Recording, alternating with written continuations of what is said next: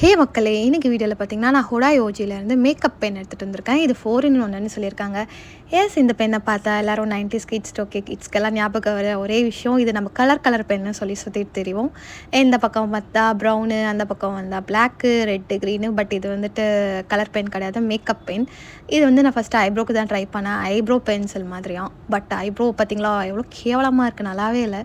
சரி லிப் லைனராவது நல்லா இருக்குமே அப்படி ட்ரை பண்ணா, என் வாய் வந்துட்டு ஏதோ ஹனுமான் வாய் மாதிரி இருந்துச்சு. ஐப்ரோவை பார்த்தா ஏதோ சாண்டா கிளாஸோட ஐப்ரோவை ஃபிக் ஐப்ரோஸ் ஒட்டின மாதிரி இருந்துச்சு.